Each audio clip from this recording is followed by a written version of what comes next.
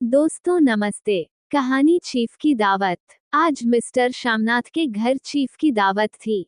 शामनाथ और उनकी धर्मपत्नी को पसीना पोंछने की फुर्सत न थी।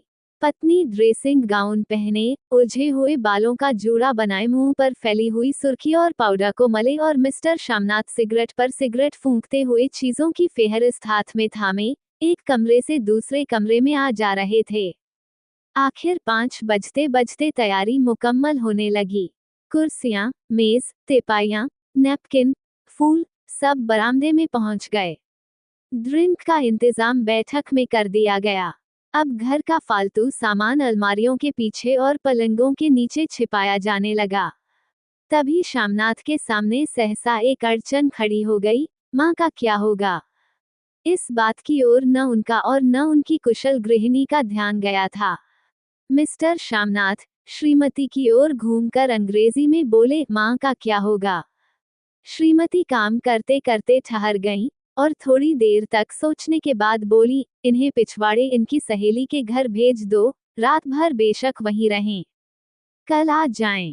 शामनाथ सिगरेट मुंह में रखे, सिकुड़ी आंखों से श्रीमती के चेहरे की ओर देखते हुए पल भर सोचते रहे, फिर सिर हिलाकर बोले, नहीं, मैं नहीं चाहता कि उस बुढ़िया का आना जाना यहाँ फिर से शुरू हो। पहले ही बड़ी मुश्किल से बंद किया था। माँ से कहें कि जल्दी ही खाना खा के शाम को ही अपनी कोठरी में चली जाएं। मेहमान कहीं 8 बजे आएंगे, इससे पहले ही अपने काम से निबट लें। सुझाव ठीक था, दोनों को पसंद आया, मगर फिर सहसा श्रीमती बोल उठी, जो वह सो गईं और नींद में खर्राटे लेने लगी, तो साथ ही तो बरामदा है, जहां लोग खाना खाएंगे, तो इन्हें कह देंगे कि अंदर से दरवाजा बंद कर लें, मैं बाहर से ताला लगा दूंगा, या माँ को कह देता हूँ कि अंदर जाकर सोए नहीं, बैठी रहें, और क्या। और जो सो गई, तो दिन का क्या मालूम कब तक चले। 11 बजे तक तो तुम ड्रिंक ही करते रहते हो।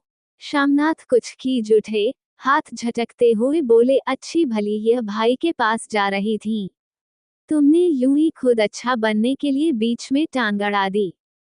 वाह, तुम माँ और बेटे की बातों में मैं क्यों बुरी बनूं? तुम जानो और वह जाने। मिस्टर शामनाथ चुप रहे। यह मौका बहस का ना था, समस्या का हल ढूंढने का था। उन्होंने घूमकर माँ की कोठरी की ओर देखा। कोठरी का दरवाजा बरामदे में खुलता था। बरामदे की ओर देखते हुए झट से बोले, मैंने सोच लिया है, और उन्हीं कदमों माँ की कोठरी के बाहर जा खड़े हुए। माँ दीवार के साथ एक चौकी पर बैठी, दुपट्टे में मुंह सिर लपेटे, माला जप रही थीं। सुबह से तैयारी होती देखते हुए माँ का भी दिल धड़क रहा था। बेटे के दफ्तर का बड़ा साहब घर पर आ रहा है, सारा काम सुबीते से चल जाए। माँ, आज तुम खाना जल्दी खा लेना, मेहमान लोग 7:30 बजे आ जाएंगे। माँ ने धीरे से मुंह पर से दुपट्टा हटाया और बेटे को देखते हुए कहा, आज मुझे खाना नहीं खाना है, बेटा, तुम जो जानते हो, मांस मछली बने, तो मैं कुछ नहीं खाती। जैसे भी हो, अपने काम से जल्दी निबट लेना। अच्छा, बेटा। और माँ, हम लोग पहले बैठक में बैठेंगे। उतनी देर तुम यहाँ बरामदे में बैठना। फिर जब हम यहाँ आ जाएं, तो तुम गुस्ल खाने के रास्ते बैठक में चली जाना। माँ अवाक बेटे का चेहरा देखने लगी। फिर धीरे से बोली, अच्छा बेटा। और माँ, आज जल्दी सो नहीं जाना। तुम्हारे खर्राटों की आवाज दूर तक जाती है। माँ लज्जित सी आवाज में बोली, क्या करूं बेटा, मेरे बस की बात नहीं है। जब से बीमारी से उठी हूँ, नाक से सांस नहीं ले सकती। मिस्टर शामनाथ ने इंतजाम तो कर दिया, फिर भी उनकी उधेड़ बुन खत्म नहीं हुई। जो चीफ अचानक उधर आ निकला, तो 8-10 मेहमान होंगे, देसी अफसर, उनकी स्त्रियां होंगी, कोई भी गुस्ल खाने की तरफ जा सकता है। क्षोभ और क्रोध में वह झुंझलाने लगे। एक कुर्सी को उठाकर बरामदे में कोठरी के बाहर रखते हुए बोले, आओ माँ, इस पर जरा बैठो तो। माँ माला संभालती, पल्ला ठीक करती उठी, और धीरे से कुर्सी पर आकर बैठ गई। यूं नहीं, माँ, टांगे ऊपर चढ़ाकर नहीं बैठते, ये खाट नहीं है। माँ ने टांगे नीचे उतार ली, और खुदा के वास्ते नंगे पांव नहीं घूमना, नहीं वह खड़ाऊं पहनकर सामने आना। किसी दिन तुम्हारी यह खड़ाऊं उठाकर मैं बाहर फेंक दूंगा। माँ चुप रही। कपड़े कौन से पहनोगी माँ? जो है वही पहनूंगी बेटा, जो कहो पहन लूं। मिस्टर शामनाथ सिगरेट मुंह में रखे, फिर अधखुली आंखों से माँ की ओर देखने लगे और माँ के कपड़ों की सोचने लगे। शामनाथ हर बात में तरतीब चाहते थे। घर का सब संचालन उनके अपने हाथ में था। खूंटियां कमरों में कहाँ लगाई जाएं, बिस्तर कहाँ पर बिछे, किस रंग के पर्दे लगाए जाएं, श्रीमती कौन सी साड़ी पहने, मेज किस साइज की हो। शामनाथ को चिंता थी कि अगर चीफ का साक्षात माँ से हो गया तो कहीं लज्जित नहीं होना पड़े। माँ को सिर से पांव तक देखते हुए बोले, तुम सफेद कमीज और सफेद सलवार पहन लो माँ। पहन के आओ तो जरा देखूं। माँ धीरे से उठी और अपनी कोठरी में कपड़े पहनने चली गईं। यह माँ का झमेला ही रहेगा, उन्होंने फिर अंग्रेजी में अपनी स्त्री से कहा, कोई ढंग की बात हो तो भी कोई कहे। अगर कहीं कोई उल्टी सीधी बात हो गई, चीफ को बुरा लगा तो सारा मजा जाता रहेगा। माँ सफेद कमीज और सफेद सलवार पहनकर बाहर निकली। छोटा सा कद, सफेद कपड़ों में लिपटा, छोटा सा सूखा हुआ शरीर, धुंधली आंखें, केवल सिर के आधे झड़े हुए बाल पल्ले की ओट में छिप पाए थे। पहले से कुछ ही कम कुरूप नजर आ रही थीं। चलो ठीक है, कोई चूड़ियां वूड़ियां हो तो वह भी पहन लो, कोई हर्ज नहीं। चूड़ियां कहाँ से लाऊं बेटा? तुम तो जानते हो सब जेवर तुम्हारी पढ़ाई में बिक गए। ये वाक्य शामनाथ को तीर की तरह लगा। तिनक कर बोले, ये कौन सा राग छेड़ दिया माँ? सीधा कह दो, नहीं है जेवर बस। इससे पढ़ाई वधाई का क्या तल्लुक है? जो जेवर बिका तो कुछ बनकर ही आया हूँ, निरा लंडूरा तो नहीं लौटाया। जितना दिया था उससे दुगना ले लेना। मेरी जीभ जल जाए बेटा, तुमसे जेवर लूंगी। मेरे मुंह से यूं ही निकल गया। जो होते तो लाख बार पहनती। 5:30 बज चुके थे। अभी मिस्टर शामनाथ को खुद भी नहा धोकर तैयार होना था। श्रीमती कब की अपने कमरे में जा चुकी थीं। शामनाथ जाते हुए एक बार फिर माँ को हिदायत करते गए, माँ, रोज की तरह गुमसुम बन के नहीं बैठी रहना। अगर साहब इधर आ निकलें और कोई बात पूछें तो ठीक तरह से बात का जवाब देना। मैं न पढ़ी न लिखी बेटा, मैं क्या बात करूंगी? तुम कह देना, माँ अनपढ़ है, कुछ जानती समझती नहीं। वह नहीं पूछेगा। 7 बजते बजते माँ का दिल धक धक करने लगा। अगर चीफ सामने आ गया और उसने कुछ पूछा तो वह क्या जवाब देंगी? अंग्रेज को तो दूर से ही देखकर घबरा उठती थी, ये तो अमरीकी है, न मालूम क्या पूछे, मैं क्या कहूंगी। माँ का जी चाहा कि चुपचाप पिछवाड़े विधवा सहेली के घर चली जाएं, मगर बेटे के हुक्म को कैसे टाल सकती थीं। चुपचाप कुर्सी पर से टांगे लटकाए वहीं बैठी रही। एक कामयाब पार्टी वह है जिसमें ड्रिंक कामयाबी से चल जाएं। शामनाथ की पार्टी सफलता के शिखर चूमने लगी। वार्तालाप उसी रॉ में बह रहा था जिस रॉ में गिलास भरे जा रहे थे। कहीं कोई रुकावट न थी, कोई अड़चन न थी। साहब को विस्की पसंद आई थी, मेम साहब को पर्दे पसंद आए थे, सोफा कवर का डिजाइन पसंद आया था, कमरे की सजावट पसंद आई थी। इससे बढ़कर क्या चाहिए? साहब तो ड्रिंक के दूसरे दौर में ही चुटकुले और कहानियां कहने लग गए थे। दफ्तर में जितना रोब रखते थे, यहाँ पर उतने ही दोस्त परवर हो रहे थे और उनकी स्त्री, काला गाउन पहने, गले में सफेद मोतियों का हार, सेंट और पाउडर की महक से ओत-प्रोत, कमरे में बैठी सभी देसी स्त्रियों की आराधना का केंद्र बनी हुई थीं। बात बात पर हंसती, बात बात पर सिर हिलाती और शामनाथ की स्त्री से तो ऐसे बातें कर रही थी जैसे उनकी पुरानी सहेली हो। और इसी रो में पीते पिलाते 10:30 बज गए। वक्त गुजरते पता ही न चला। आखिर सब लोग अपने अपने गिलासों में से आखिरी घूंट पीकर खाना खाने के लिए उठे और बैठक से बाहर निकले। आगे आगे शामनाथ रास्ता दिखाते हुए, पीछे चीफ और दूसरे मेहमान। बरामदे में पहुंचते ही शामनाथ सहसा ठिठक गए। जो दृश्य उन्होंने देखा उससे उनकी टांगें लड़खड़ा गई और क्षण भर में सारा नशा हिरन होने लगा। बरामदे में इन कोठरी के बाहर माँ अपनी कुर्सी पर ज्यों की त्यों बैठी थीं, मगर दोनों पांव कुर्सी की सीट पर रखे हुए और सिर दाएं से बाएं और बाएं से दाएं झूल रहा था और मुंह में से लगातार गहरे खर्राटों की आवाजें आ रही थीं। जब सिर कुछ देर के लिए टेढ़ा होकर एक तरफ को थम जाता तो खर्राटे और भी गहरे हो उठते, और फिर जब झटके से नींद टूटती तो सिर फिर दाएं से बाएं झूलने लगता। पल्ला सिर पर से खिसक आया था और माँ के झरे हुए बाल आधे गंजे सिर पर अस्त व्यस्त बिखर रहे थे। देखते ही शामनाथ क्रुद्ध हो उठे। जी चाहा कि माँ को धक्का देकर उठा दें और उन्हें कोठरी में धकेल दें, मगर ऐसा करना संभव न था। चीफ और बाकी मेहमान पास खड़े थे। माँ को देखते ही देसी अफसरों की कुछ स्त्रियां हंस दी कि इतने में चीफ ने धीरे से कहा, पुअर डियर। माँ हड़बड़ा के उठ बैठी। सामने खड़े इतने लोगों को देखकर ऐसी घबराई कि कुछ कहते न बना। झट से पल्ला सिर पर रखती हुई खड़ी हो गईं और जमीन को देखने लगीं। उनके पांव लड़खड़ाने लगे और हाथों की उंगलियां थर थर कांपने लगीं। माँ, तुम जाके सो जाओ, तुम क्यों इतनी देर तक जाग रही थी? और खिसियाई हुई नजरों से शामनाथ चीफ के मुंह की ओर देखने लगे। चीफ के चेहरे पर मुस्कुराहट थी। वो वहीं खड़े खड़े बोले, नमस्ते। माँ ने झिझकते हुए अपने में सिमटते हुए दोनों हाथ जोड़े, मगर एक हाथ दुपट्टे के अंदर माला को पकड़े हुए था, दूसरा बाहर, ठीक तरह से नमस्ते भी न कर पाई। शामनाथ इस पर भी खिन्न हो उठे।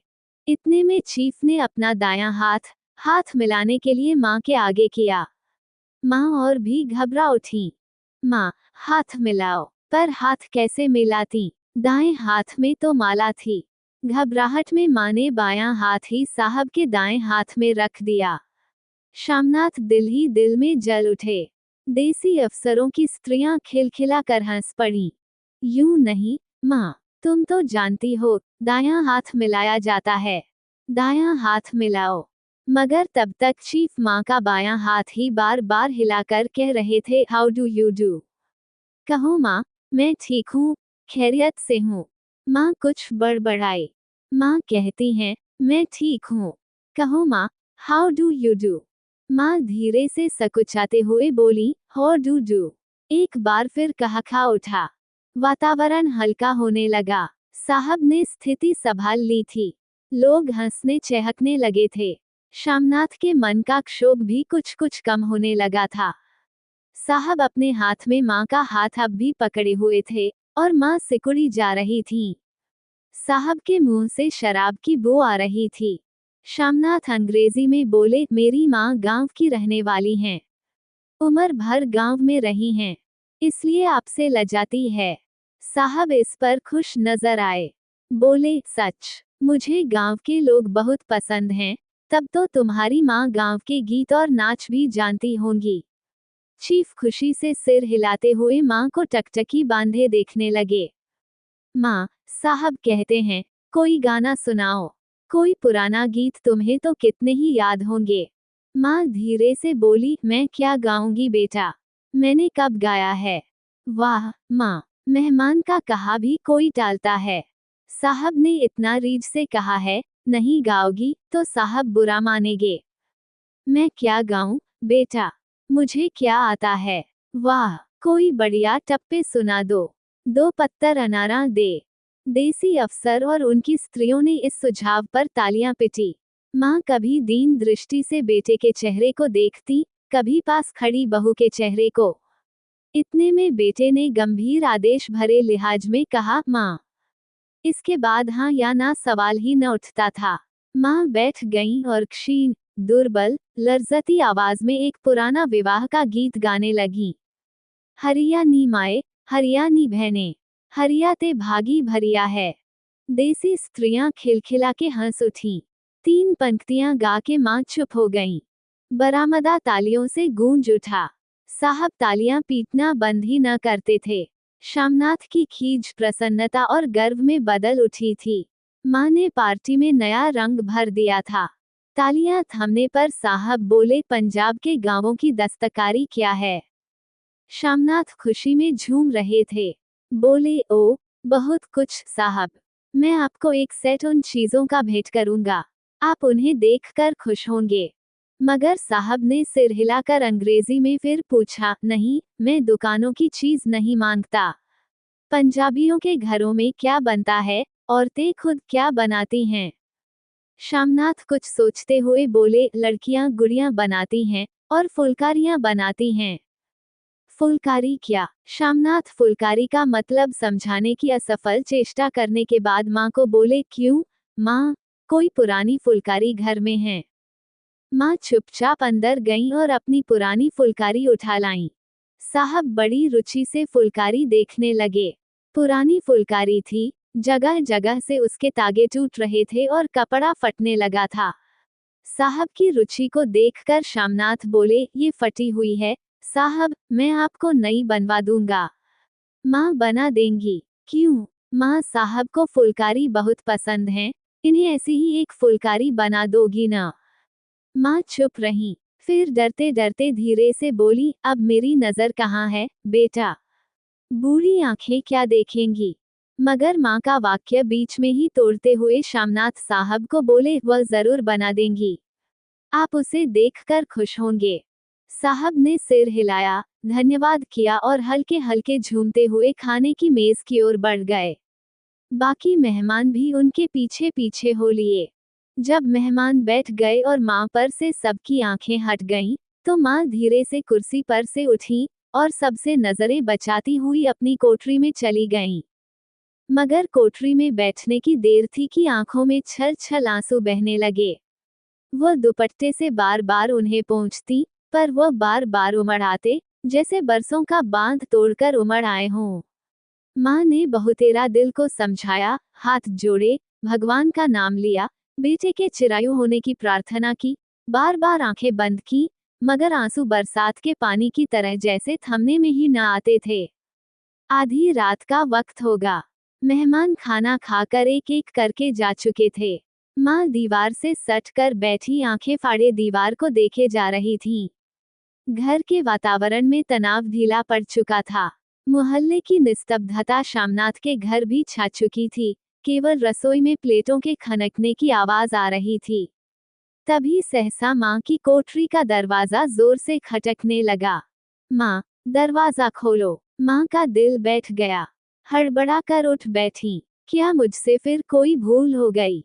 माँ कितनी देर से अपने आप को कोस रही थी कि क्यों उन्हें नींद आ गई, क्यों वह ऊँघने लगी। क्या बेटे ने अभी तक क्षमा नहीं किया? माँ उठी और कांपते हाथों से दरवाजा खोल दिया। दरवाजे खुलते ही शामनाथ झूमते हुए आगे बढ़ आए और माँ को आलिंगन में भर लिया। ओ अम्मी, तुमने तो आज रंग ला दिया। साहब तुमसे इतना खुश हुआ कि क्या कहूँ। ओ अम्मी, अम्मी। माँ की छोटी सी काया सिमटकर बेटे के आलिंगन में छिप गई। माँ की आंखों में फिर आंसू आ गए। उन्हें पोंछती हुई धीरे से बोली, बेटा, तुम मुझे हरिद्वार भेज दो। मैं कब से कह रही हूँ। शामनाथ का झूमना सहसा बंद हो गया और उनकी पेशानी पर फिर तनाव के बल पड़ने लगे। उनकी बाहें माँ के शरीर पर से हटाई। क्या कहा? माँ, ये कौन सा राग तुमने फिर छेड़ दिया?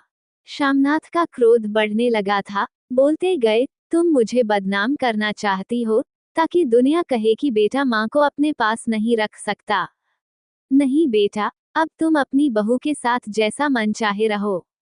मैंने अपना खा पहन लिया।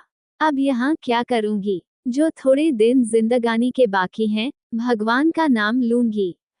तुम मुझे हरिद्वार भेज दो। तुम चली जाओगी, तो फुलकारी कौन बनाएगा? साहब से तुम्हारे सामने ही फुलकारी देने का इकरार किया है। मेरी आंखें अब नहीं हैं, बेटा, जो फुलकारी बना सकूं। तुम कहीं और से बनवा लो, बनी बनाई ले लो। माँ, तुम मुझे धोखा देके यूं चली जाओगी, मेरा बनता काम बिगाड़ोगी। जानती नहीं, साहब खुश होगा तो मुझे तर्क की मिलेगी।